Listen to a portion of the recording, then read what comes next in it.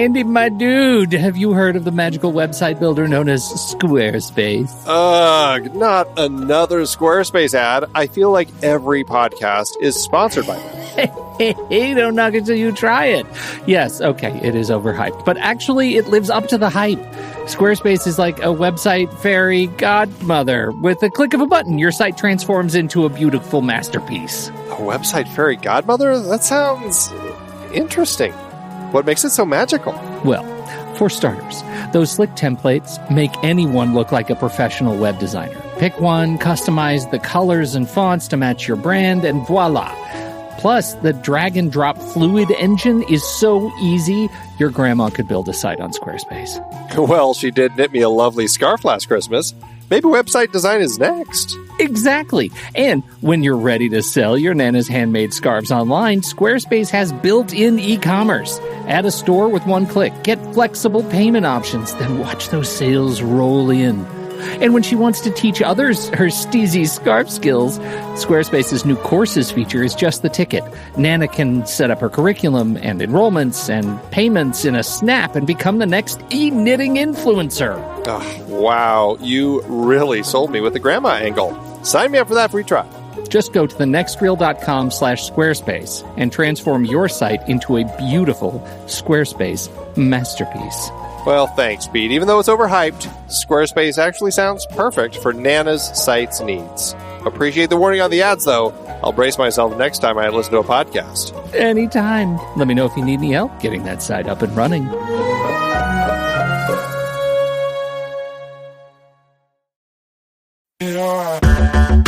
Andy, can you believe we've almost hit 700 episodes of The Next Reel?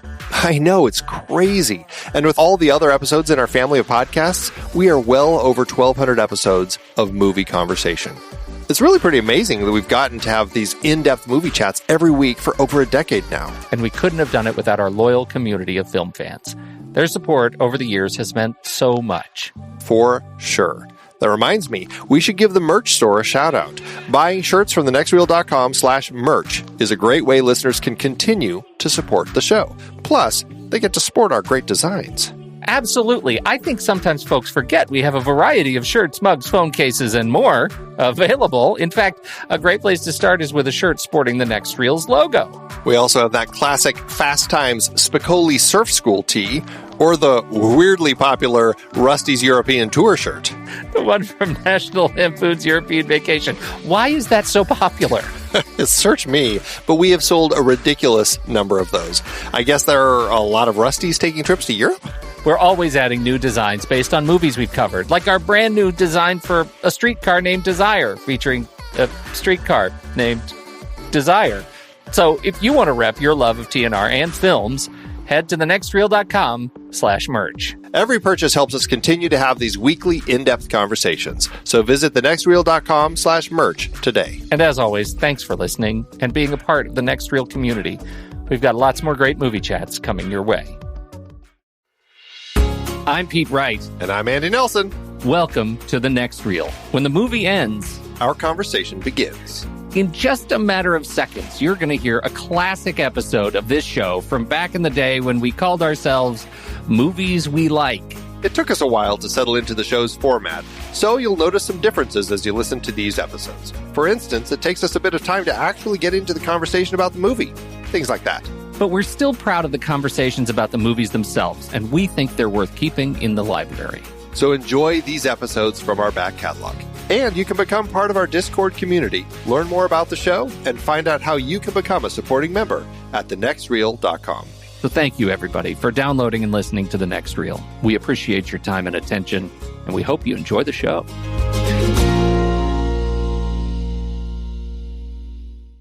And all the big good movies. I mean, all the big good ones. There's some big bad ones too, but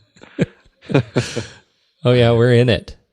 Yes. We're in the heat of it. This week, well, I guess I should say, next week I think is Gods and Kings. What else? By the Gun. By the Gun.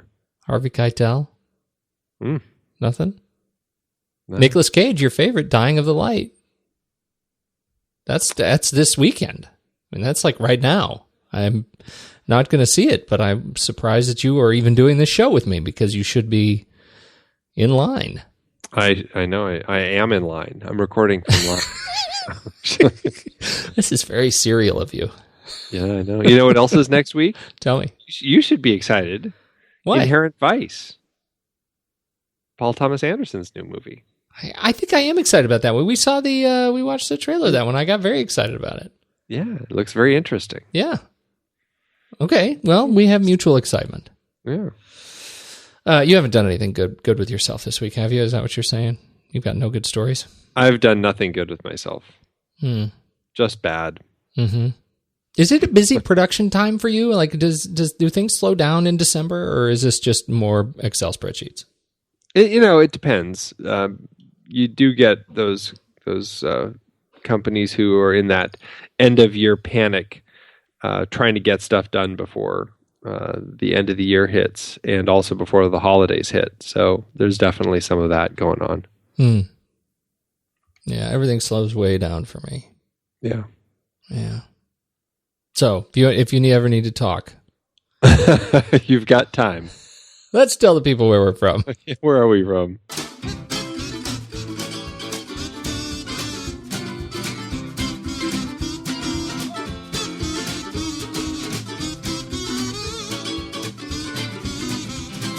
Hey, everybody. Thanks for joining us. This is The Next Reel. I'm Pete Wright. That there is Andy Nelson. Hey.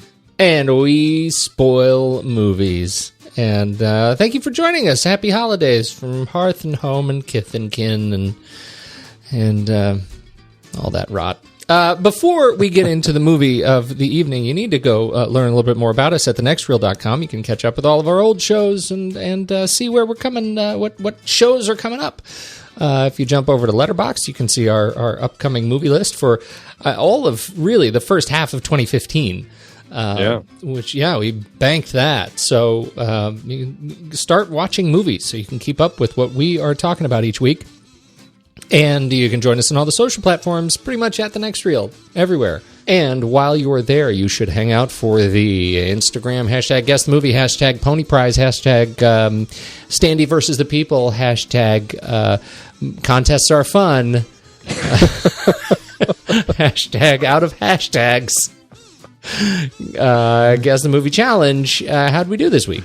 I think you need a hashtag wee. We did good. Well, the players did good. It was.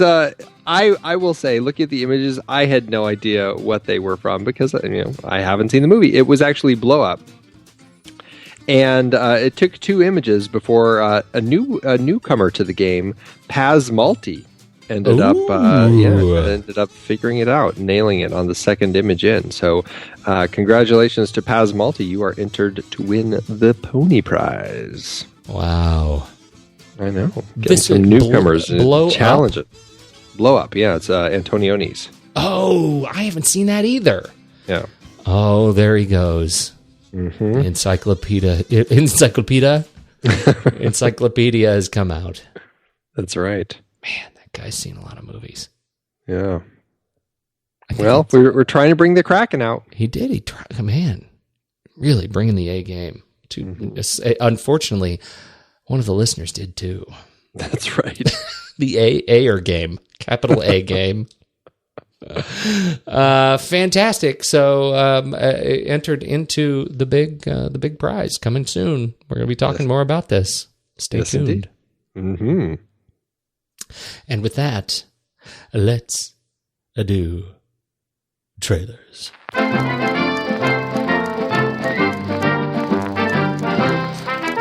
All right, you want to go first? I think you should go first. I'm pretty excited for this one. I'm excited too. This looks really cool. It looks really cool.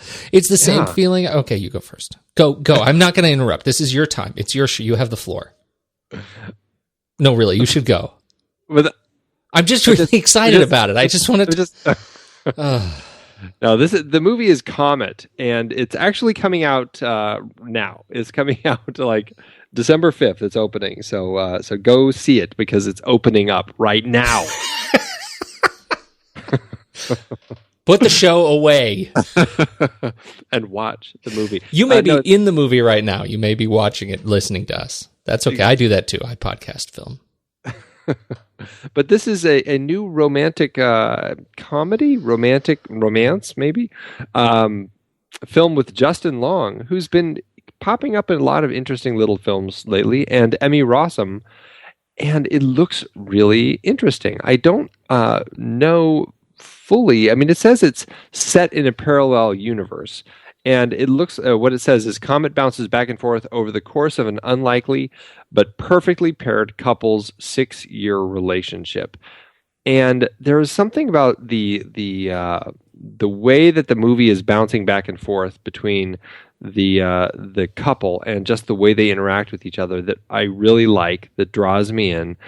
And it has kind of that 500 Days of Summer vibe. And so I'm really kind of tapped into this one. I really want to see it. But the thing that I think just really struck a chord with me watching it was the really interesting color palette throughout the trailer. It's not necessarily just the environment and stuff like that, but it's almost like the way they did almost like a digital, just like we were talking about with our last Coen Brothers movie. They went in and digitally reworked the colors so that there's interesting tones coming across in the sky and everything. And so they really played around with it, and it looks really cool. This is Sam Esmail directing this, and I don't not seen anything else of his. It's mostly been just really short stuff, and like he did a documentary for HBO and stuff. So not a whole lot. This looks like his first big feature, and I'm quite excited to see this one. I am too. I think it looks so great. It's not even, it's like a 500 Days of Summer. It's like an Eternal Sunshine of the Spotless Mind vibe. It's like all of that. The other thing I think is really interesting, and I don't know what they ended up doing here, but it looks like the framing is all off. So, you get kind of partial scenes, mostly with, you end up seeing like one of the actors' heads, and it'll be as if somebody kicked the tripod or something. It ends up being a really interesting look to the trailer. It gets me just really excited for this film. It looks really visually compelling. Absolutely. Yeah. Absolutely. Bum. Do you know what I'm doing? I do know what you're doing. You're doing the title crawl. I'm so excited for this movie. I'm excited more for your trailer than for my trailer. I think it's fair to say. This is the only trailer. So this is the one true trailer. Of course, we were talking about Star Wars Episode 7, The Force Awakens, a teaser hit last week immediately after our show, and so we did not have time to talk about it, and so it's now a week old. It is aged, and we feel darn terrible about that. But that's okay, because it's given me the opportunity to watch it 10,005 times. Yeah. And I'm watching it 10,006th right now. Right this very second. Did it give you chills and maybe a bit of cold sweat? I don't know if it gave me chills or a cold sweat, but I will say it did put a big honking smile on my face. Yeah, it did. What part was the smiliest? Just the very first thing that happened. I was just like, oh, it's like just the first thing. It's just like, it took me back I would say it took me back to that Star Wars excitement that I used to feel pre-Episode 1 when I first saw the Episode 1 trailer, because that trailer was pretty darn good. I really enjoyed everything going on in that trailer. It was very mysterious. It didn't give us any sense of the story, and it was beautiful. It was really lovely. Yeah, and this does the same thing, and knowing the films that Abrams has brought us in the past, I feel like seeing this, like, okay, I feel good now. The hope is coming out of the closet. I know, just a little bit. The door cracked open. The door cracked open. I'm so excited. Okay, it brings so many questions. Why are there still stormtroopers? What is going on with them still being on Tatooine? Everything's so dirty, just like it was. Nobody has cleaned in 30 years. But I'm telling you, when that Millennium Falcon takes off and they do the flippity-doo and it comes back around and flies past the TIE fighters, that's when the man chills hit. I was sitting up in my seat. I was pretty excited because that's how I used to play with my Millennium Falcon. I used to swing it up and around in impossible ways, and my face was always right behind it, just like it was in the trailer. It's like he was sitting in my room, J.J. Abrams, watching me play with this. Wow. With my Millennium. It was amazing. What's your take on the new lightsaber?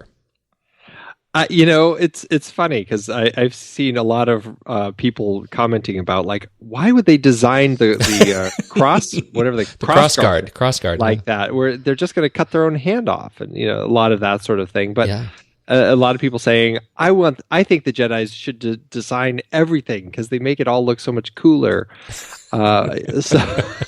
And I kind of side with that one. I mean, I was pretty excited about the two-sided blade. I was equally excited by seeing this one. And okay, it may be a design flaw, but they're using the Force. I have a sense that they're going to not let those cross guards poke their knuckles. I don't care what the Killjoys say. They don't have joy in their lives. I absolutely loved it, and I love it mostly because of the timing. Right, the main blade goes out, and then the little ones come out of the side. It's just perfect. But it is made so much more perfect when you watch the special edition George Lucas re-release of the Star Wars Force Awakens trailer. Have you seen that one? I haven't seen that one yet, but I saw that it was out there. I just haven't watched it. It is brilliant because it, of course, as you might expect, adds a bunch of CG, like totally inappropriate CG into the thing. But when it gets to that sequence and he lights a lightsaber, that once again, in perfect timing, main blade, little tiny blades, then the back blade comes out and two more crossguard blades. Just this incredible phantasm of lightsaber blades. It's the awesome. Most dangerous weapon just got even just obscenely dangerous. It is it's really fantastic. So I'm very much excited for this film. J.J. Abrams written and directed, starring everyone that we love and more people we don't know but will love. Comes out, sadly, December 18th, 2015. It is so far away. So far away. Oh. That's okay. Wow. That's my trailer.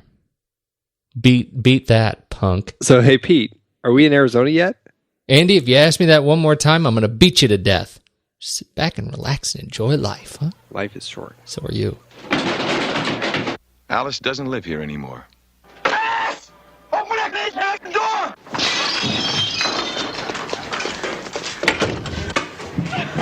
Alice doesn't live here anymore. Alice doesn't live here anymore. I've got it. Alice doesn't live any of those places anymore, because when they start closing in, Alice hits the highway. We ain't hiring no waitresses. I'm not a waitress, I'm a singer. You wouldn't want no singer. Oh, tea, sure. Did you decide what you want for breakfast? First, I want a big smile. Do you want eggs? Yeah, ham and eggs. Ham and eggs. Okay, how do you want your eggs? Everybody, listen. We got us here a new girl. And her name is Alice. And today is her first day on the job. And Mel here says that she was a singer. How about them apples? But hands off. Let the girl do her work. If there's going to be any around here, grab mine, Steve. You can look, but don't you touch. Would you mind turning around for me? Turn around for you? Why? I want to look at you. Well, look at my face. I don't sing with my... I'm not a waitress. I'm a singer. I want to sing. I want to be a singer. I'm a singer. I am a singer. I am a singer. I am a singer. I am a singer. I want you and Tommy with me. What the hell do you want? Oh, David, you just don't understand. You could be happy here. Oh, sure. But I'm not going to let anybody stop me this time. Who's stopping you? Alice doesn't live here anymore, Andy. I know. Time for our Ellen Burstyn series to kick off. 1974. What a strange movie this is. Oh, really? Yeah. Didn't you find your experience of watching this movie is very strange? I don't think so, and maybe that's because I had seen it not too long ago, so I remembered it pretty well. And so... Why? Why had you seen it not very long ago? What were you doing that would have you watching this movie not very long ago?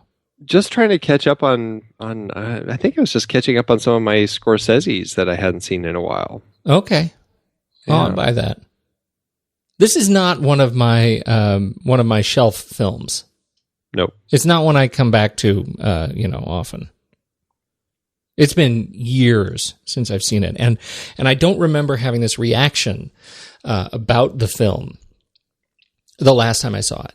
This time, I found it so wildly out of step with my cultural reality, how I relate to women, how I relate to children, that I found it really difficult to wrap my head around. Interesting. And yet, I think it's a great movie, and we'll talk about it. I mean, I really do. I think this is a great movie, but it's one that I had trouble relating to, and I feel in that respect sort of ill-equipped to talk about some of the more important issues at work in this film. So, gotcha. Your turn. Okay. I do like this film quite a bit. It's not a film that I end up returning to that often.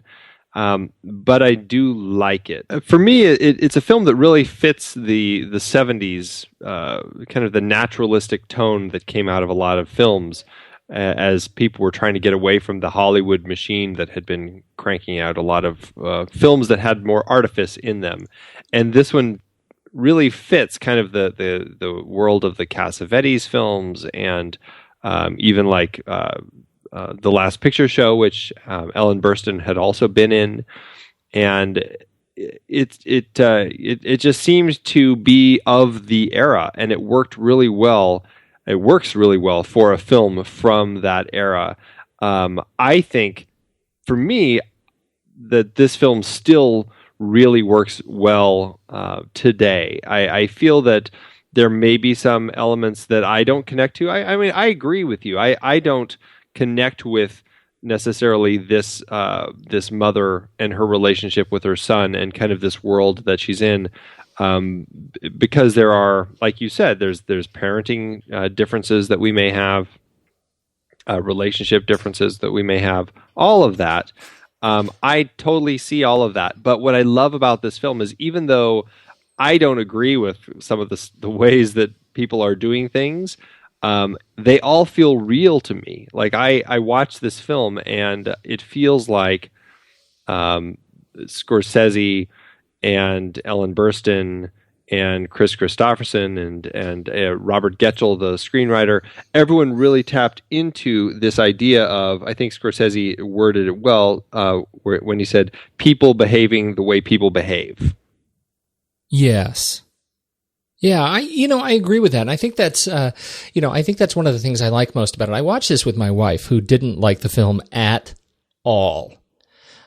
She had a really difficult time sort of getting through it, and found it just didn't have a story that kind of drew her in. And I found that interesting. And I think I had a similar reaction to the film, but the story is not what I think I needed to draw me in. I think one of the things that is so compelling about this film is watching, in particular, Ellen Burstyn work, and in her effort to portray this incredibly honest version of a woman in the 1970s dealing with the loss of her husband, her abusive husband, and then her journey, her sort of psychosocial, sexual journey across the Southwest as she tries to figure out what her problem is with men. She tries to figure out tries to wake up. I mean, this is very much a film about awakenings. And as she wakes up to her own sort of power and her own journey, and as she discovers a new sort of, wakes up to a new sort of sisterhood. I don't mean to sort of demean it like that, but a new sort of sisterhood amongst these the waitresses and the crew at the diner. I find that journey really compelling, and I find her in particular just a riveting character actress to watch. And so that holds me for the film. That holds me for the film. I just feel like, so much about her journey. This really reads when you hear her talk about, what she is so interested in and why she was so interested in this film. It is very much because it in so many ways paralleled her own journey as a woman, not just as an actress. And I think that is. It makes for a really interesting kind of expose on the time. Yeah, absolutely. Coming into it as somebody kind of from the women's movement, so to speak. She was big into that at the time in the late 60s, early 70s. It was kind of going on then. And I mean, she said, this actually, our series is a little mixed up because technically this came after The Exorcist, but this is kind of, this is her big Oscar-winning film, so we ended up starting with this one, and then we'll jump backward. Because of The Exorcist, the studio head at Warner Brothers wanted to do another project with her, and so brought her in and said, what do you want to do? She looked through a lot of scripts, and as she said, it was a lot of, the just kind of the old, the roles of the wife, roles of the whore, roles of the mother, nothing that jumped out at her as being an interesting role for her to play. And then she ended up, she somehow came across Alice Doesn't Live Here Anymore, the script, and thought that would be something that would work really well for her. It was actually a script that was about a woman trying to make her place in the world. And so she jumped at the chance to do this one. And then it's interesting. I mean, she talks about how essentially she was almost like an executive producer on this film, even though she, and I guess she turned down the credit to get that, but certainly was acting as such. So she actually helped bring Scorsese on as the director. She was trying to find a young director with fresh ideas, and talked to Francis Ford Coppola, actually, and he said, "Oh, you should check out this movie Mean Streets." And so she looked at it and was like, "Oh, that's the vibe that I want in this." That he's kind of got that grittiness, and thought that he would be able to tell this story because I guess the script as it was, it worked, but it also had a little bit of that the Hollywoodized version of kind of the relationship and everything, and it had more of that happy ending cliche at the end and everything. And so she thought that bringing Scorsese on would help ground it a little bit. And that really is what she brought to the table for this film, was trying to find a way to make this particular story feel more real and have a better sense to it. And I think, yes, it is a film about a woman. It's a woman's film, whatever you want to call it. But really, it's a person, like you said. It's about an awakening, and it doesn't matter if it's a man or a woman. This is a film about this woman who happened to be in a relationship where let's face it, if her husband didn't die, she would probably never have divorced him. I mean, she was just kind of blindly going along in this bad relationship and not living the life that she planned on as a child. Yeah, I mean, I agree with you, but I don't agree that it's well, I should say, I mean, I agree with you across most of these points, but I think it really is important that this is a film about this this gender awakening, right? I think the importance of understanding this film really comes with kind of understanding what was going on at the time in terms of the sexual revolution, and the fact that this film hits sort of early in this kind of cultural awakening, and the fact that this deals so kind of openly with with physical abuse and the terror that comes in those relationships, and does so repeatedly throughout the film, in a way that works to or serves to make a very clear point, that and that's what I say. I mean, I guess I'm not saying that we can't understand it at all, but the fact that that's what I don't connect with, because I think so many years, for me at least culturally, have passed. I didn't grow up in that sort of a household. I never saw that sort of relationship. I never saw that sort of abuse, which I know still happens, but this film documents it as in a way that I think was particularly, I don't know, gritty, prescient, and maybe more powerful if I had seen it at the time. You know what I'm saying? I mean, I don't want to belabor the point too much, but I think it's a powerful statement about an issue that I think we're far enough removed from that it's tough to really get the weight of it. Yeah, I can agree with that. Although at the same time, I think you remove yourself from the time and everything that's going on there. I still think, like you just said, this is something that there are people out there who still, there are women who are still dealing with this sort of relationship. And I think you could transplant this story to today, and I think it's completely a story that could happen today still. Yeah, I'll give you that. I think I think you're probably right. Just in talking about it, I guess it's less of an issue of the time than of my connection with it, with this particular angle of the film, with documenting abuse. I just have a hard time seeing it and understanding it. Yeah, sure. So, but the same goes with the relationship with her son, and with. There's this sort of underlying theme of physical discipline, of corporal punishment in the film, and how her relationship with her son, which is the most candid relationship, male female relationship in the film, right, is how that contrasts with these other men, in particular Kris Kristofferson's role, who move in to discipline the boy. How'd that hit you? Yeah, Did you go to your wife and you say, you know what we need in our family? A little bit more of that Kris Kristofferson. That's right. Bring on the Kris. That old Kristofferson magic.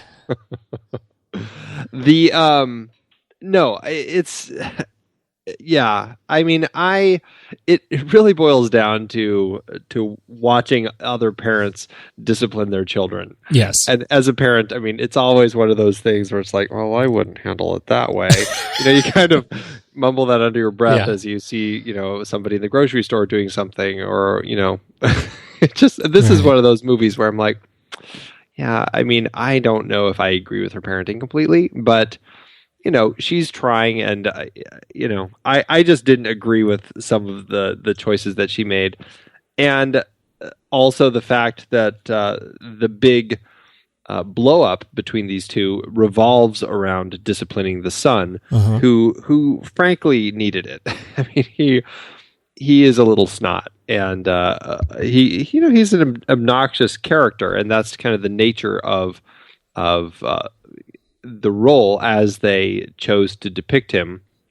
But that's what was so interesting about it, right? Is the fact that her candid relationship with him in so many ways cultivated his annoyingness. So this is the problem. This is probably the problem that I have with the film, is that the big blow up of their relationship revolves around the fact that he disciplined her son, and she is upset that he did. And yes, I can see that in a new relationship. You kind of need to talk about discipline and all that before you jump in and do it. But at the same time, it's like this kid needed some disciplining. And I don't know. I just I probably would have disciplined him as well. I mean, he was a little brat, and that's how they cast him to be that way. And I don't know. I feel like if that was the catalyst that they opted to go with in this moment of this near breakup in this relationship, it just didn't make it as strong for me, because it was a situation where I could see why he would do that, I know I can see it, but that sequence to me was one of the more believable scenes in the film. I mean, I'm not. Yeah, I'm saying I really connected with it. I really connected with it because I think that they built a great case for her sort of instant bout of protection. Right? Yeah, I guess you're right. Because I think, she has had such trouble with men in general, but not the same level of trouble with her son. She did have, there is, one of the things I think they play very well in her relationship with him through the course of the film, particularly through the course of their road trip, is this relationship where you see a very honest sense of frustration that she experiences. She'll when she goes crazy, she tells him, "You are annoying me." She's really very candid with him in ways that I don't know that I would be candid in quite the same kind of sense of language. But she really does. And then as these other men, as she is working to sort of, you can watch her kind of puzzling through, do I keep coming into these weird abusive relationships, from one verbally abusive relationship to now a physically abusive relationship with a married man who is abusive in a whole new sort of psychopathy.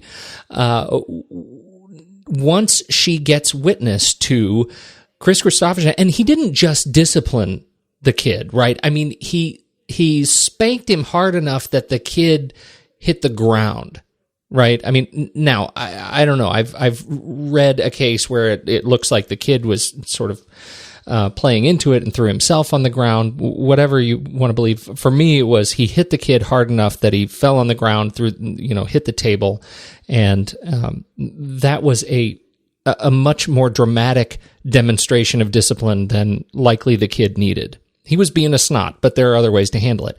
And her response to that, I think, was a response not to that incident specifically, but to all of the incidences of abuse that we have witnessed in the film to that point. And I think that makes it a really powerful example of her coming to terms with protecting herself, protecting her son, protecting her new family unit from an interloper who, hadn't earned the right to do what he did at that point. That's my case. That's good. Did I sway you? I like it. Forget what I said. Daddy likes. Okay, my work is done on that point. Now, from there on, though, how do you feel about the way the movie sort of cruises toward the end? That's, I think, my favorite part of the movie is the ending. It's one of those endings that kind of hits me, and I almost have to go back and watch it again because I'm like, oh, that was the ending. It just comes really quickly, and but it fits really well, and I actually really like the way that it ends up working. She's on this mission to get to Monterey. She starts in Socorro, New Mexico, works her way to Phoenix, where she gets into one bad relationship, clearly doesn't know how to read a map, because instead of continuing on to California, she goes down to Tucson. She turns around. I'm really confused by why she goes to Tucson, but hey, that's the story. She ends up in Tucson, and she ends up with in this relationship with this guy who I think is it fits her whole idea of going to Monterey to be a singer. Wait, which guy are you talking about? Keitel now? No, I'm talking about Kristofferson. Okay. The idea of her. I mean, I think let me read you this real quick little bit from a review by our wonderful, esteemed Roger Ebert. Let's see if you can. Let's see if you can get through it. Let's see if it'll work. Martin Scorsese's Alice Doesn't Live Here Anymore opens with a parody of the Hollywood dream world little girls were expected to carry around in their intellectual baggage a generation ago. The screen is awash with a fake sunset, and a sweet little thing comes strolling along home past sets that seem rescued from The Wizard of Oz. But her dreams and dialogue are decidedly not made of sugar, spice, or anything nice. This little girl is going to do things her way. I think that's an interesting way that the film starts, because it sets us up for this girl wants to do her thing, and what she wants to do is be a singer. Now that things haven't been going her way as she's grown up in mid-30s, she's going to get to Monterey. And I love that when you get to the ending, it's this battle for following this dream that we're not, I mean, as the audience of the film, we're not really sure if it's the right thing for her to be doing anyway. You know, she's a good singer, but is she star singer quality? Probably not. And she gets, she has a little job in a bar and all that stuff. But then, she ends up in Tucson and she's this waitress working at Mel's. And the way that the ending comes about, where he comes in, Kristofferson comes in and says, what the hell? I don't want to, what's stopping you from getting to Monterey? I'll take you there. I don't care about this ranch anyway.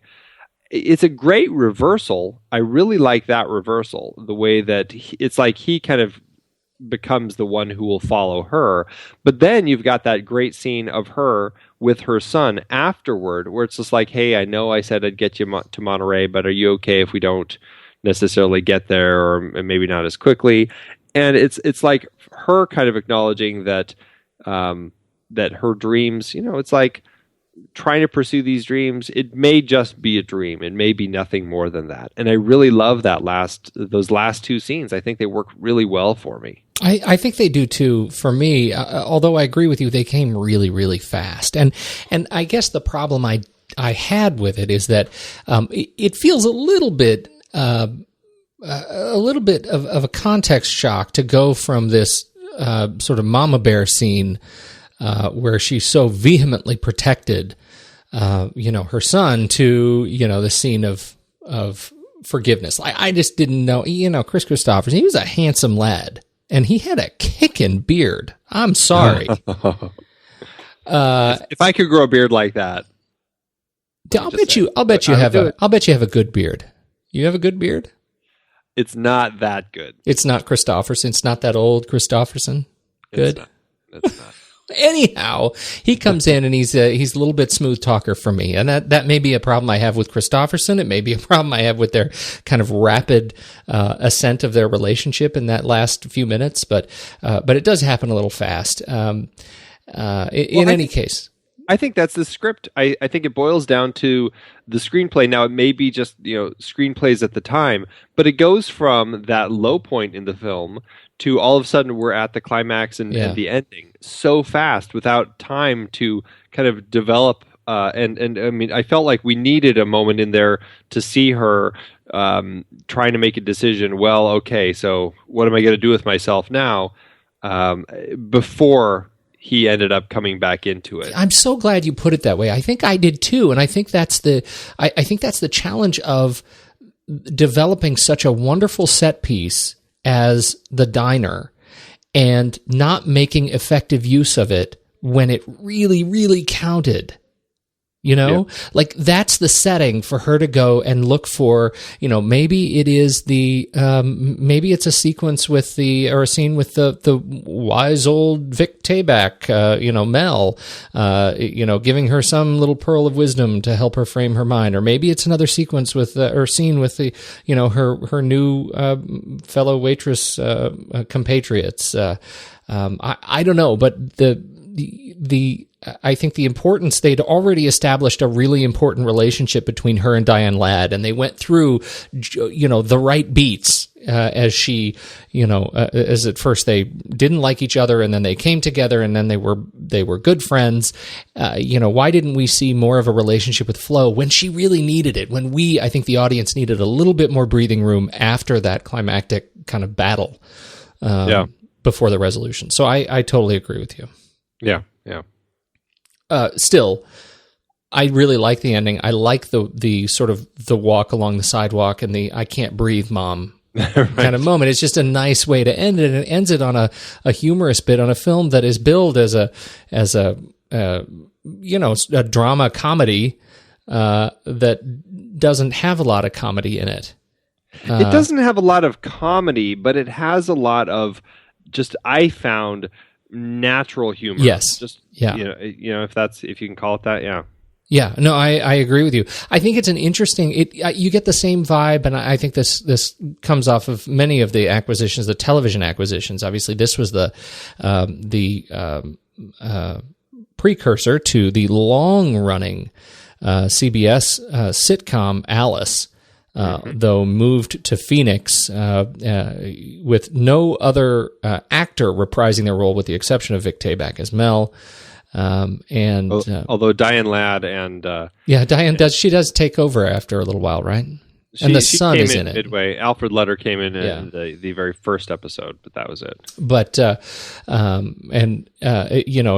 it was billed as a funny show, and I think that again is part of why it was a challenge for me to get in to connect with the film early on, because my memory of the story is my memory of the diner.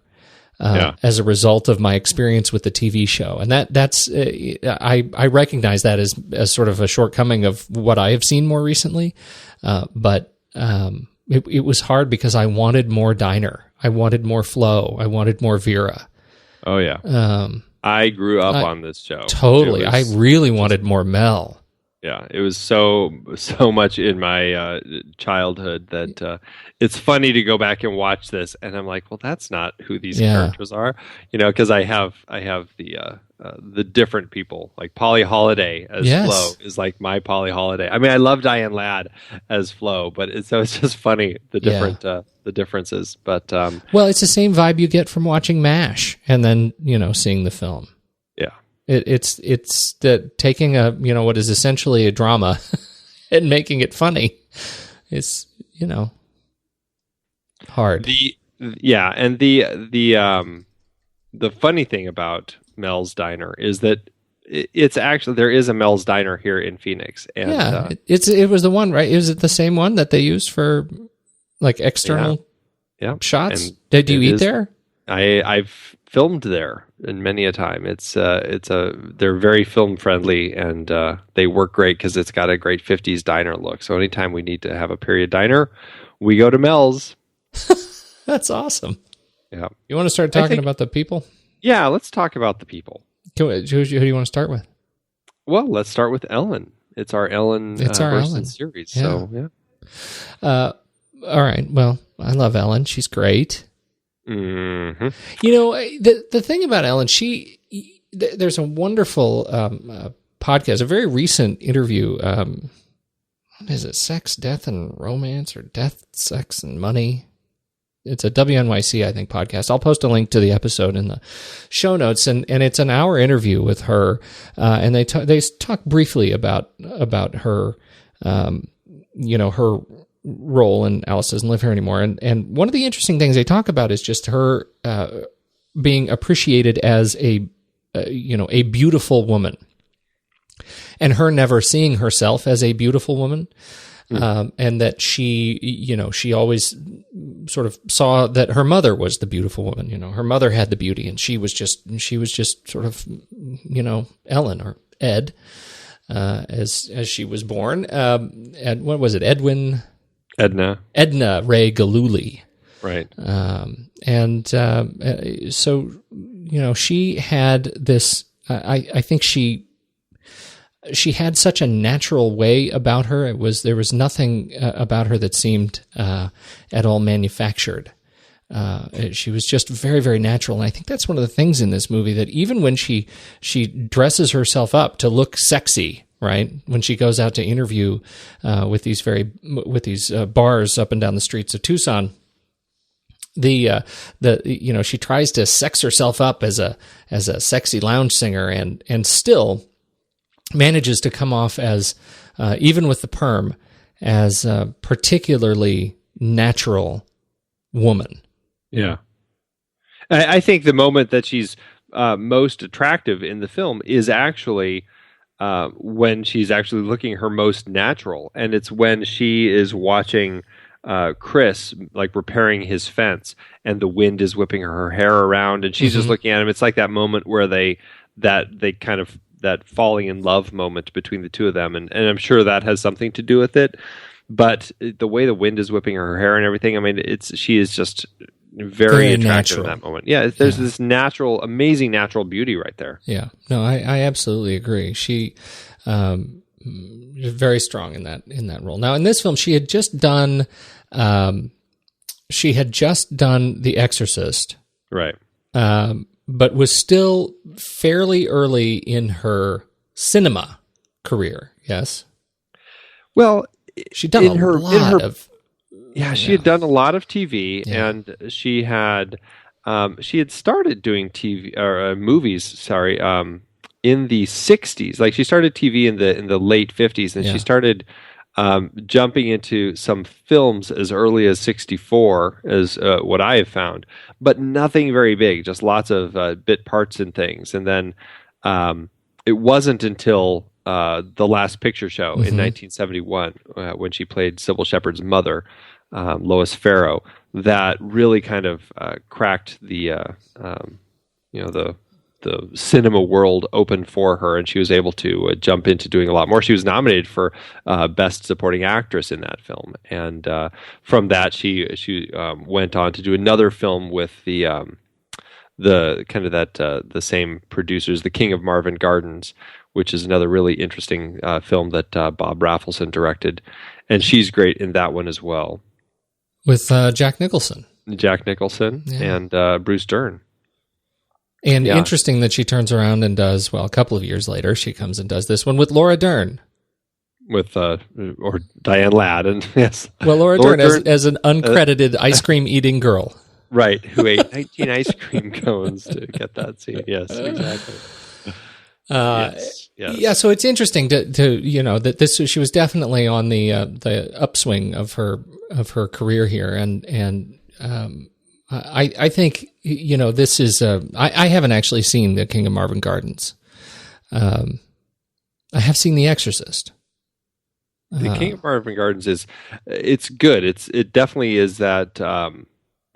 It fits that tone of those 70s films. It's a very kind of this naturalistic feeling story. It's it's as I recall, it's not an easy film. I think it's kind of a little bit of a downer, but I still really like it. Surprise me. The thing was this he did 5 Easy Pieces, right, Rafelson? Yeah. That's one of my favorites. Yeah, that's a great Hold it between your knees. Anyhow, so this is this comes at kind of an interesting place for her, and again, I think it really this is a film that does well to ground her in a very sort of human role, probably the most approachable role of any of those. I mean, she goes to again speaking. I can't speak of King of Marvin Gardens, but she had done. But this, you can sort of see why she ends up ending, with the Oscar here. Yeah, and it's interesting because all of these, like Last Picture Show, The Exorcist, Alice Doesn't Live Here Anymore, they're all interesting roles for a mother and her child. Mm-hmm. Yeah, that's a good point. Yeah, the Last Picture Show in particular. That's a even Requiem for a Dream. I mean, the films we're talking about. It's interesting that we ended up picking those ones because it's always the way that she's dealing with this relationship with her kid and how a parent deals with that, how a single parent deals with that, and they're very different. I mean, they all have their protective nature, but they all are very different parents. Fascinating. I hadn't made that connection. It'll be interesting to watch Requiem for a Dream coming up. again. Definitely. All right. How about who would you like to talk to next? How about Alfred Lutter? Or okay. Wait. I was going to say Kristofferson. Well, I know. I'm just kind of going down her. This is her family. We've got to talk about the family unit. Sure, absolutely. He's one of those kids. I think that they cast well. He was hard to come by. Yes, hard to come by. Looking for a kid that can sort of stand up to the dialogue and stand up to the banter, and stand up to being on screen with Ellen. Yeah, it was. He had. I think he was the first kid that actually, when Scorsese asked her when they were doing kind of a casting call to go off book, he was the first kid who could actually not panic and actually was able to. It actually helped him perform as he was able to just kind of be himself and just kind of take this character and do something with it. And this comes after a reported 300 boys that Scorsese had gone through before they found Lutter.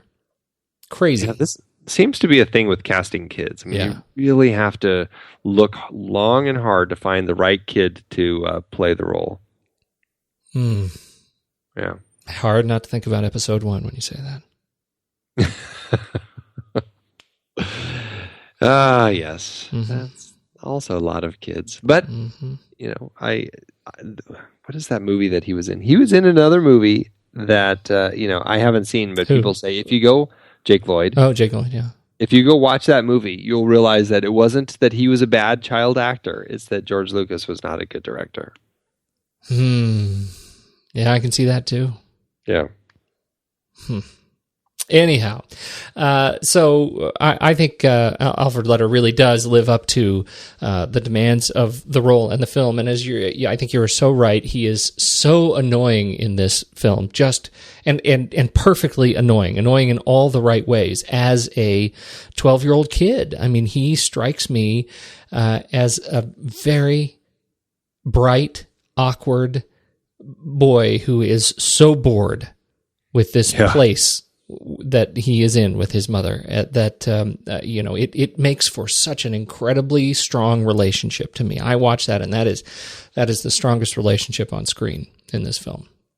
Oh yeah, it absolutely is. Watching him veg out in front of the TV in the dark on the floor, in one of those early hotel sequences is it's like I was there because I see it in my house.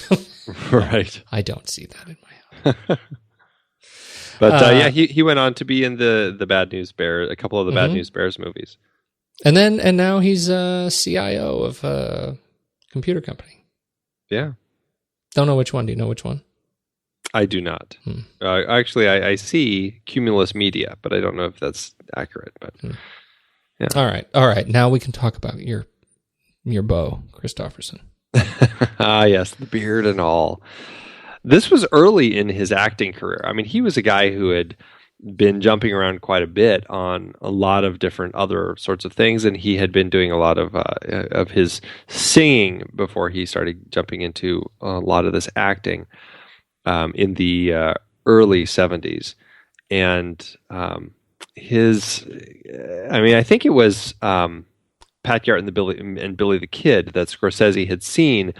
He was invited to an early screening of that. It was kind of the director's cut before the studio went in and had them change it drastically. But he saw Kristofferson in it and was just like, oh, this would be the guy to get, and ended up talking to him. And Kristofferson was nervous because he hadn't done. I mean, this was very early in his career. He had done a few other little things. Pat Garrett and Billy the Kid was, I think, probably the biggest at that time. I mean, he's in Bring Me the Head of Alfredo Garcia, but that's a pretty small role. And then here he is, kind of the romantic lead in this film, and it wasn't quite in his bailiwick, but he was convinced by Scorsese, who's got a good way with actors and really kind of helps them feel comfortable. And Kristofferson said it really he worked really well with Scorsese because Scorsese was able to kind of make him feel comfortable and get into the scene and everything, and really helped him out. And I really like him in this. He does have that natural presence always. And there's just something about him that just he fits in the role of a kind of this rancher. I don't know. He seems to be that character. Oh, I could not agree more. I think he nails that sort of new frontiersman, right? That 70s frontiersman, the guy who totally lives on the land, but is but looks fine in a diner. Right, absolutely. Right? And I think this is the thing that struck me most is just how well Kristofferson and Ellen make for a couple. Yeah. I found their on-screen pairing really believable and quite charming. And I think they sort of rode that roller coaster really well. It's a little bit frustrating that it happens, kind of so late in the film. I found myself wanting more of it and wanting to see them explore more of that relationship. I think as a result, it moves pretty quickly. Even though, I recognize this is very much her story. But I did find their partnership great. Yeah, it works really nicely. And like I said, that scene when she's kind of falling in love with him while he's fixing his fence, I mean, it's equally like that is such a beautiful moment in the film because just the way that they're interacting and falling for each other, I mean, it works really well on both their parts. I think it does too. The part that really strikes me, though, the sequence that I find even more charming than that, is when he pulls up the truck and he comes in, doesn't say a word. He leans over to the boy and whispers something, and they go outside, and she's watching all the while as they're doing something. He climbs up on the truck, comes back in, and asks if he can go. There's a horse. He says, he has a horse I can ride. Mom, I got to go. I'm so bored. Please let me go ride the horse. Let me go ride the horse. And runs outside as she looks at him and says, that's a dirty trick. And they have that smile and that little charming exchange that for me that was the moment where they fell in love right there is right in that, 5 seconds. Yeah. And I love it. That is another great moment. Yeah. I do love that moment too. Yeah. Yeah. Shall we talk about the who do you want to talk about next? The waitresses? Yeah, Diane Ladd. Mm-hmm. Another of my favorite moments in the film is the moment when Alice and Flo are sitting outside and sunbathing. Yes. Not only because it's a great sequence, but because it's really beautiful. Yeah. It's such a beautifully shot scene. It's just amazing how simply Scorsese chose to shoot that, and in a way where it dismisses the environment and it becomes this moment where it's like we're in their heads with them, almost where we can pretend we're on the beach with them. Yes. And it's so beautiful, and it's just such a great moment between these two who initially started almost as adversaries because Alice just couldn't connect with Flo. I mean, Flo kind of is a little brash and starts off on the wrong foot by being a little overbearing, and the way that she is commenting on Alice in the bar initially, but in the diner initially, and but Diane Ladd, I really she always has struck me as this sort of performer. Like, she does well in these sharp-tongued sorts of characters. Mm-hmm. And maybe that's why I think she works really well as Flo. And as much as I do love Polly Holiday in the TV version of Flo, Diane Ladd is I like the hard-edged nature that she brings to Flo. It works really well in the film. I couldn't agree more. I think they do a great job of contrasts in pretty much all the sequences. I mean, this is a great film of contrast, but all the sequences with the waitresses, I think, are wonderful exercises in contrast. Where, for example, the sequence where they're sunbathing, they start with this close up and they're their faces are in parallel, so you're sort of looking at both of their faces in relief. And Diane Ladd's is slightly ahead, so it looks like they're on the side of a vase. It is just really beautiful, and like you said, very simple. And we get to see this whole sequence until they pull out for essentially this great reveal, where the two ladies are sitting on lounge chairs in the middle of a dirt street in an old dark alley.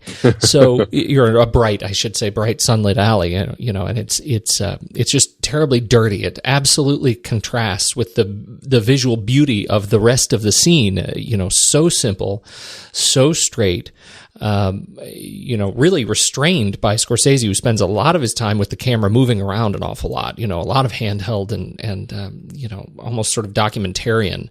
But in this sequence, it's so simple and it contrasts so wonderfully with that reveal.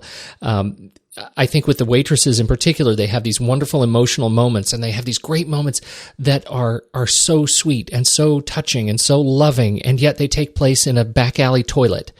And I think that lends to kind of the budding strength of their relationships together. And I think they play it so very well. Yeah, you bring up the toilet scene, which is another great moment between the two of them when she's talking to her. And that's another great moment with the Diane Ladd and just talking about this cross that she made out of safety pins. The safety pins, yeah. That it's just this great little kind of character moment that she adapted into this role that it just helps build this character all the more. Mm-hmm. And I feel like the writer, I don't know how much of it came through in the script, but obviously some of it was there. So I think he tapped into writing these characters well. And then I think you put Ellen and Diane into these roles, and they just find ways to inhabit them and build them and create these just indelible characters that work really well. How about Valerie Curtin as Vera? And that's another one that I think is just... talk about comedy. That's a role that brings some of the comedy into it, because it seems slightly unrealistic, but in the comedy vein where it works really well. Of course, Vera plays the worst waitress ever. Right. It's a marvel that Mel hasn't gotten rid of her yet. It really is, and she just nails it. The first time we see, or I think speaking of contrasts again, here we have this wonderful, sensitive moment between Diane Ladd and Ellen Burstyn in the toilet. We have Mel screaming, "Where are you? Things are going crazy out there." We don't actually see quite how crazy they're going until late in the sequence. It starts off with Vera, who's doing this like weird plate shuffle. She's not able to really keep up with anything, and eventually it leads to a full-on revolt in the diner that is it's so brief and yet and so like you said, so unbelievable, and yet somehow in the context of these women and this weird diner environment, it fits right in, hand to glove. That is the moment that I bet some TV executive said, "Look at that. We can make a sitcom out of that." Exactly. I would be surprised if there isn't a story about how Vera's role in this film didn't somehow directly lead to that sitcom. Yeah. Right. It was, she provides so much of that. And it's almost like silent comedy. Like, she is such a great physical actress in terms of her delivery of really subdued comedy. It's just really subtle. Yeah. Loved it. And it's also just, it's just strange the way that she's almost like not present sometimes. Like when Tommy bumps into her and she loses her place in her book, and then he sits down and screams about how bored he is. She goes over and gives him her book, and I can't remember what the book is, but she's reading a book. It's clearly not a picture book, but she's like, "Here, you can color it in." So it's, but I think that the most interesting part of that sequence is not just that she loses her place in the book, but that she throws a plate full of food on the ground, and the first thing she comes back to is, "Here, you can look at my book." Like, there is no acknowledgement by her that she just threw a plate of food on the ground. Right. It was really, really, really good. Yes. How about Vic Tayback? He's Mel. I mean, he's this guy who's just like, I know he's had this career and he's done all this other appearances and all these things, including Star Trek. Yeah. He will always be Mel, and that's it in my head.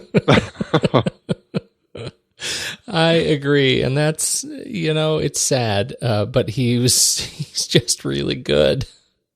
He is. He is that guy who runs a diner. Bullet and Papillon, and the guy he's got, look at this, IMDb's got 146 credits, and yet he's still Mel.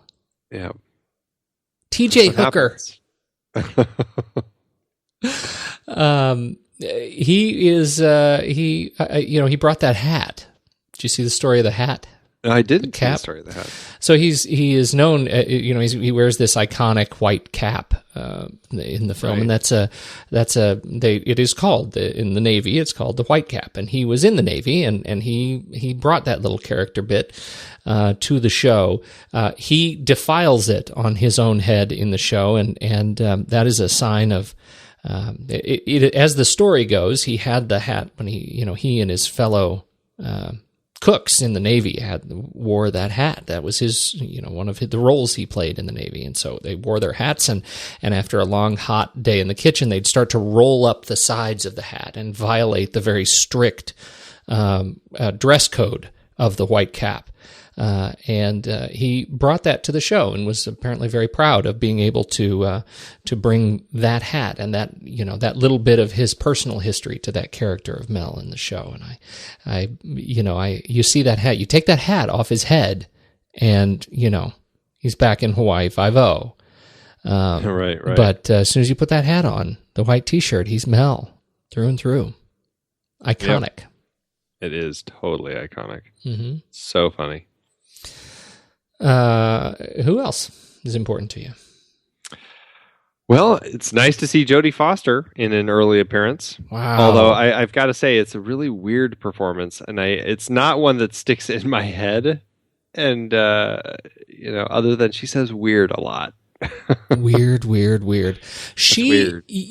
This character of Audrey, that's an interesting, speaking of awakenings, we talk about this whole film being a film of awakenings.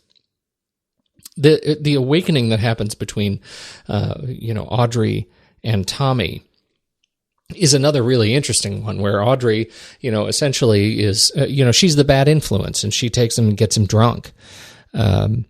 This after he's actually kicked out of the car by his mother. So there are all sorts of bad decisions along the way. Yeah.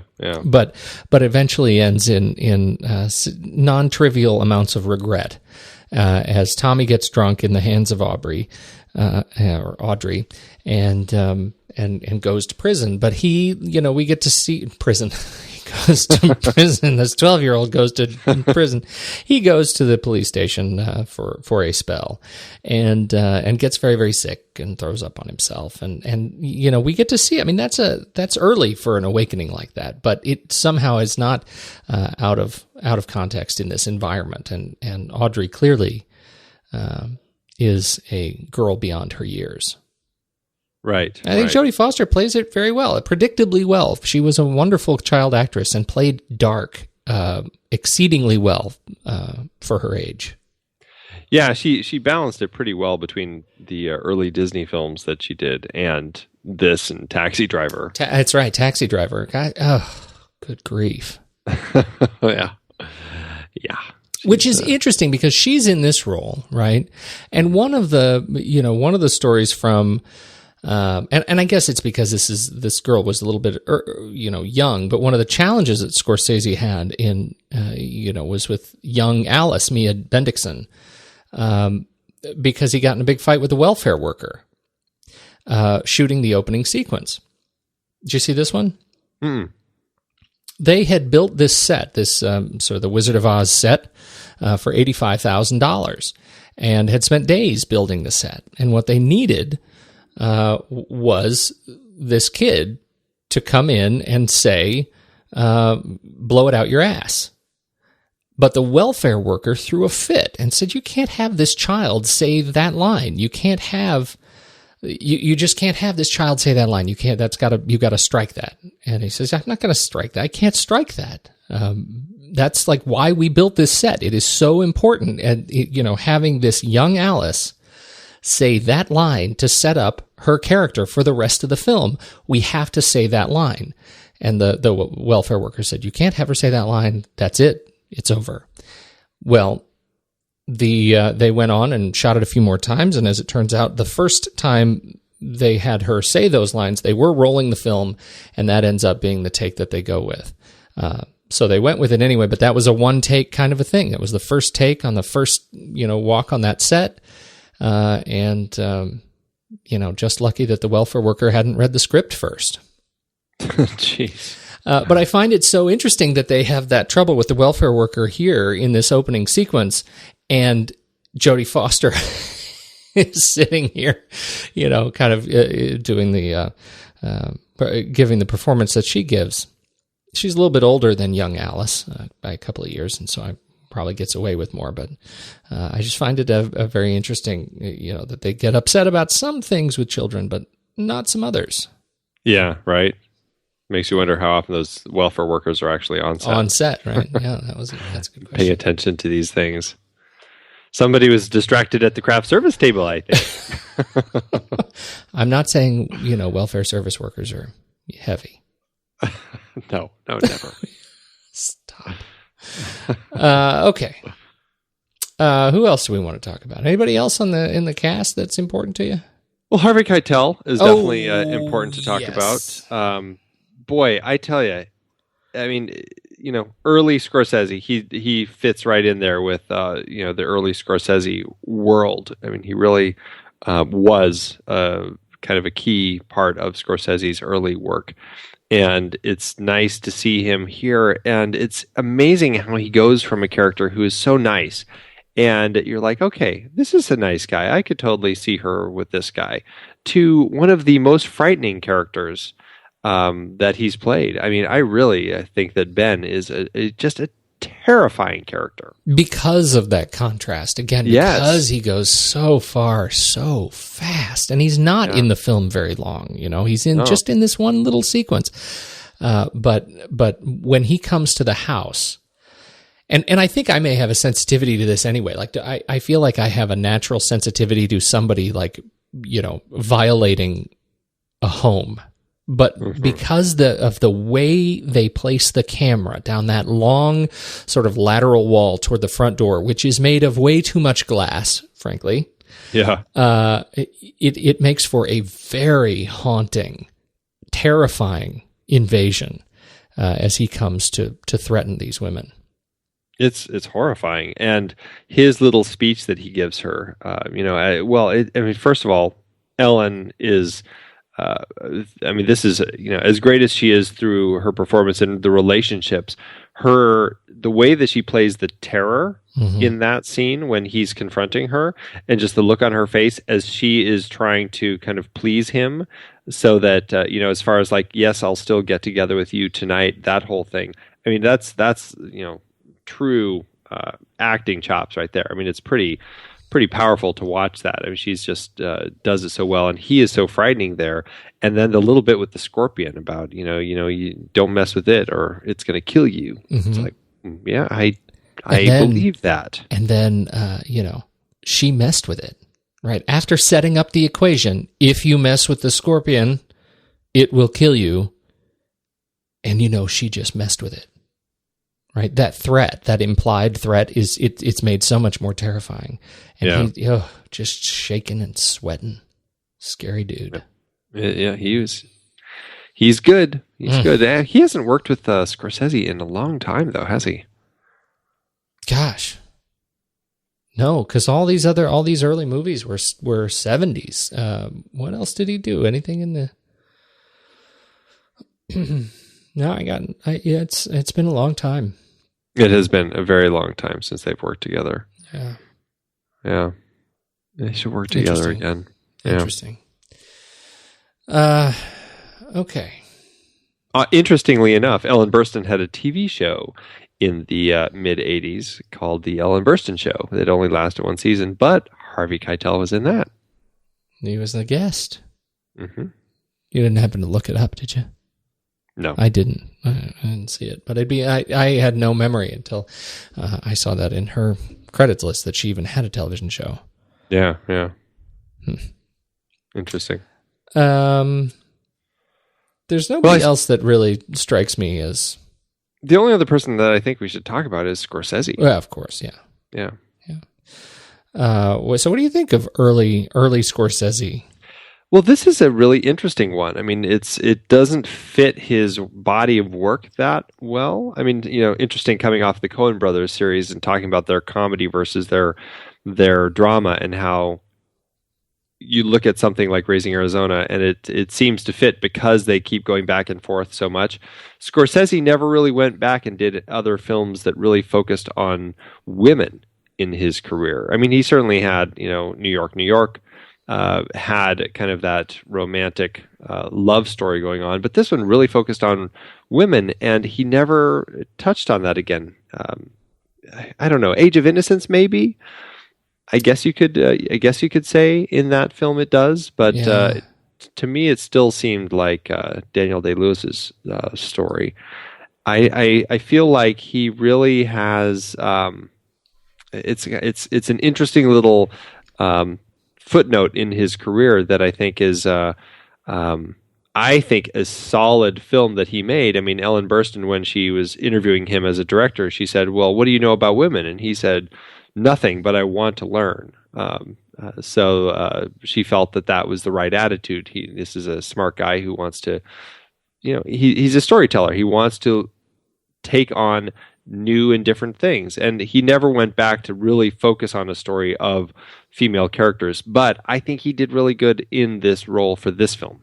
I do. I find it so interesting just, not necessarily looking at what, at his choices, to or not to take on films that are, primarily led by, female characters, but but the grit that he brings, the Scorsese-ness that he brings to this film.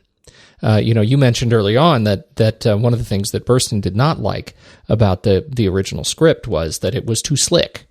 That it was too, I think she said it was too Rock Hudson for her, and she wanted something with more grit. And can you feel what Scorsese brought to this film of his own sort of natural instincts, that grit, that dirt, that heat. That sort of, I mentioned that generally the camera work, is very sort of, you see some really interesting and dynamic movement with the camera in what is otherwise such a human film, but the follow shots, the standing up and following, Ellen through the house, feeling like they have really compressed these spaces even further by making the camera movement feel so constrained and yet always orbiting the primary character in a sequence. I think it ends up being really powerful. There's some great moments also where she's playing on the piano and it's moving around her, circling around her and stuff. And so, I completely agree. It still has, it may be a toned down level of that alive camera movement, but it's definitely still there, and it definitely still feels like Scorsese had his hand in it. And you can feel like you get a sense with, you take Scorsese out of it, you can see what the film would have been, right? You can sort of feel right. I can see what this could have. It's sort of a cookie cutter, static kind of, kind of visual, but no, this feels as much like a Scorsese film as does Mean Streets or Color of Money or, etc. Exactly. Yeah. I agree. I love the Scorsese. I do too. And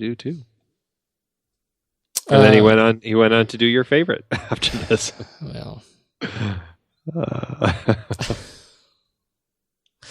I don't know. I do. I mean, I do. I like Scorsese, but I don't like all Scorsese. Yeah. At least we can see how he put Jodie Foster to work. If you can do Alice, right. I got some ideas. How would you like to play a hooker? He is the most nominated living director right now. He's been nominated for Best Director 8 times thus far. Wow. Yes. He's and he's won once? He's won once for The Departed. Yeah. The Departed. Yeah. Crazy. Interesting. Yeah. Golden Globes have been kinder to him. Yeah. It's one of those things. There's always the argument about 1980 and Raging Bull and why he didn't win that year. But well. Yeah. What are you gonna do? What are you gonna do? All right. Anybody else you want to talk about specifically? No, I think that's it. That's the hot stuff for this film. Yes, for me. indeed. Good film. Good way to start off. I'm glad we're starting out of order. I am too. Easing into the bursting. Yes, this is a great one. And I think this is just for Ellen Burstyn. I think this is really such an iconic film in her career because of everything it represents for her and for this story about a woman. Mm-hmm. Totally agree. Yeah, I think we should talk about some numbers. Yeah, let's do it. How'd it do? It did. It did well for itself. I mean, this film, from what I found, cost about $1.2 million to make. That's about $5.6 million in today's dollars. And it ended up making, about, it made about $21 million. So, I mean, that's a nice little markup there. And that's adjusted about almost $100 million that it made. When you boil down to profit per finished minute adjusted, it's about $840,000 per finished minute. So, it's number 50 on our list. So it made money and it kept that Scorsese working. Do you know if there's a similar Box Office Mojo budget site for television series? Television series is really, the budgets for those are really elusive. What about grosses? Let's just say in syndication. I wonder which was more profitable. The TV show, I don't know. I have such a hard time finding television information. Me too. I know nothing about it. I really know nothing about entertainment television, so I have a hard time figuring that out. But I'd be interested to know, over the total run, they did 202 episodes of that show. I have to imagine that it made more money than the movie did. When it ran, as long as that one ran, 9 years. 9 years. I'd say that it's that probably ended up banking a little more. I was going to make some crack about sequels, but then I realized it's sort of got a sequel. Yeah, right. Very profitable. That was the whole story I was going to tell. I'm going to give up on that one, though. All right, I think we should rank it. Let's do it. Let's do it. Head over to the Flick Chart, everybody. Flickchart.com/thenextreel, and you can see if our favorite movies line up with your favorite movies, and let's see if Alice Doesn't Live Here Anymore breaks the top 67. All right, let's see. Alice Doesn't Live Here Anymore, or Oh Brother, Where Art Thou? Oh Brother, Where Art Thou? Yeah, and it's not in the top 67. Okay. Alice Doesn't Live Here Anymore, or The Adventures of Baron Munchausen. Alice Doesn't Live Here Anymore. Yeah. That's a hard decision for you? Well, it's Baron Munchausen, but I'll still go with Alice. I think Alice Doesn't Live Here Anymore, or Pale Rider. Pale Rider. Yes, Pale Rider. Alice Doesn't Live Here Anymore, or The Adventures of Buckaroo Banzai across the 8th dimension. I'll say Alice. I'll say Buckaroo. Will ya? Mm-hmm. Pretty firmly. All right. I think we need to run off. Let's do it. All right, ready? Yep. 1, 2, 3, rock. 1, 2, 3, rock. Scissors. Oh. Crush you. All right, Buckaroo. Alice Doesn't Live Here Anymore or Red Belt? I'll do Alice. I'm on the fence, so I will give you Alice. All right, there we go. Alice Doesn't Live Here Anymore or Splash? I will do Splash. I will also give you, out of great generosity, Splash. You're a giver. I'm a giver. All right, that puts us at 116 out of 161. All right. It's a good film. It's worth seeing. Definitely is a good film. But that feels about right, and I think my wife would agree with that placement. Probably for different reasons. This is a good way to start, and so we've already teased where we're going from here. Give us a little bit of a preview of The Exorcist. Can you do any of the roles? Can you help out a poor altar boy, Father?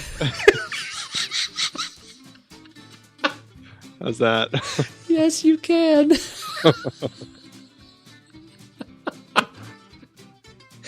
Oh, well done.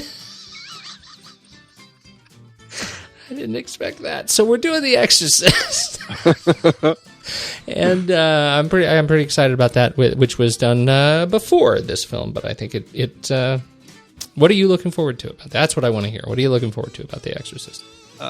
Just pretty much everything. It's one of my favorite horror films. It's I think it's rock solid and terrifying and really kind of just unique in the storytelling style that they went with for this horror. Friedkin, I think, is speaking of going back to the 70s, really had a good sense of that naturalistic vibe. Look at French Connection, look at The Exorcist, look at Sorcerer, or anything he did in the 70s. I think he really tapped into that very well, and I think there's something about this film that is just always just so downright creepy. Truly. Very much looking forward to it. So that's next week. Until then, I gotta go to bed. All right, I'm going to head down to Mel's and grab a burger.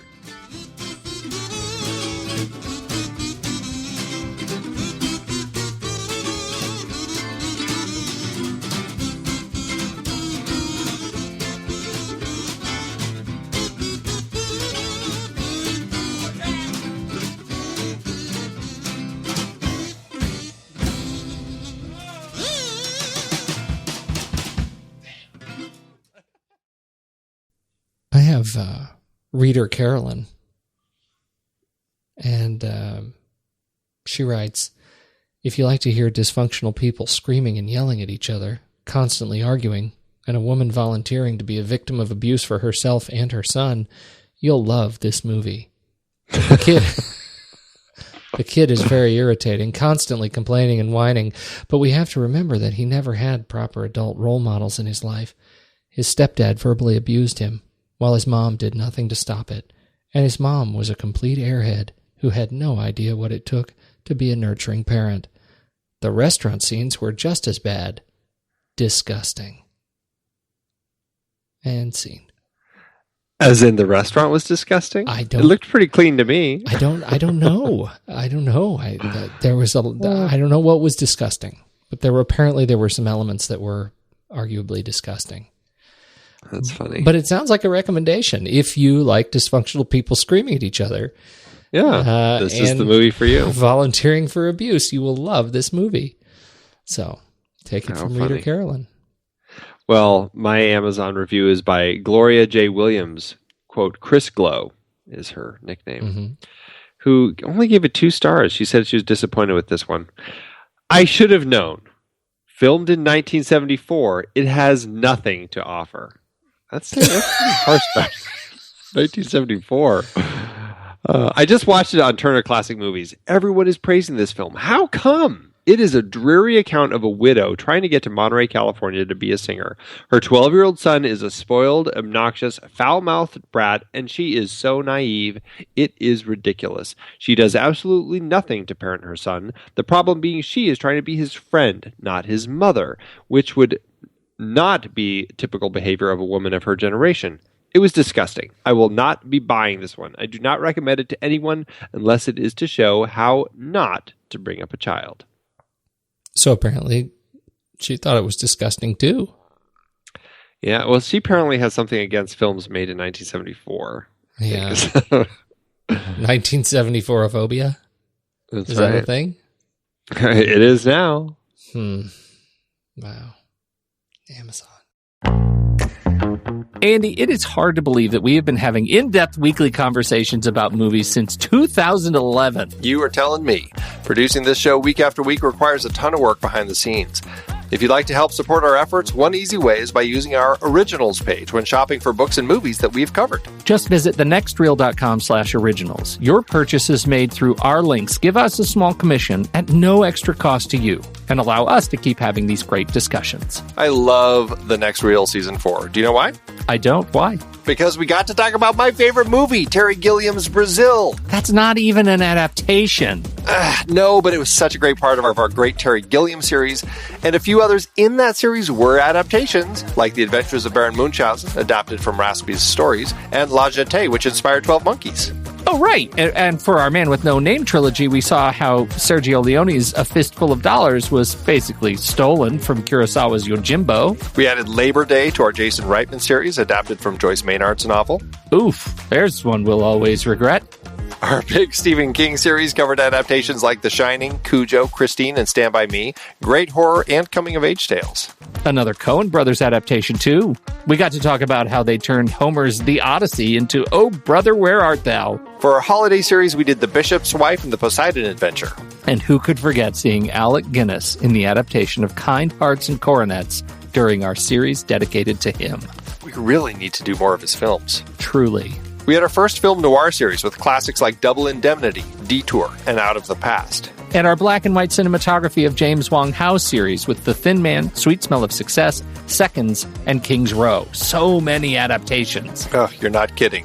Dive deeper into these originals and more at thenextreel.com/originals. Every book you buy helps support our show. Get the full list at thenextreel.com/originals and start reading today.